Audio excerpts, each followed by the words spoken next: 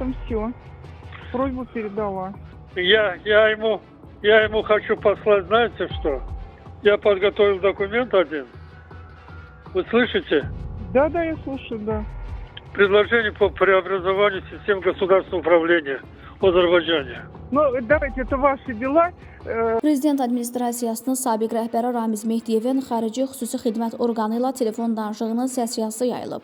Bu, Dövlət Təhlükəsizliyi Xidmətinin mətbuat xidmətinin yaydığı məlumatda öz əksini tapıb. Mehdiyev əsasən rus dilində danışdığı şəxslərə Azərbaycanda dövlət idarəçiliyi sisteminin yenidən qurulması ilə bağlı təklif olduğunu deyir. Boz kardinal həmin sənədi poçtla göndərəcəyini bildirir. Prezident Administrasiyasının sabiq rəhbəri Ramiz Mehdiyevə cinayət yolu ilə qazanılmış əmlakın leqallaşdırılması ilə bağlı verilmiş ittihamın həcmi açıqlanıb.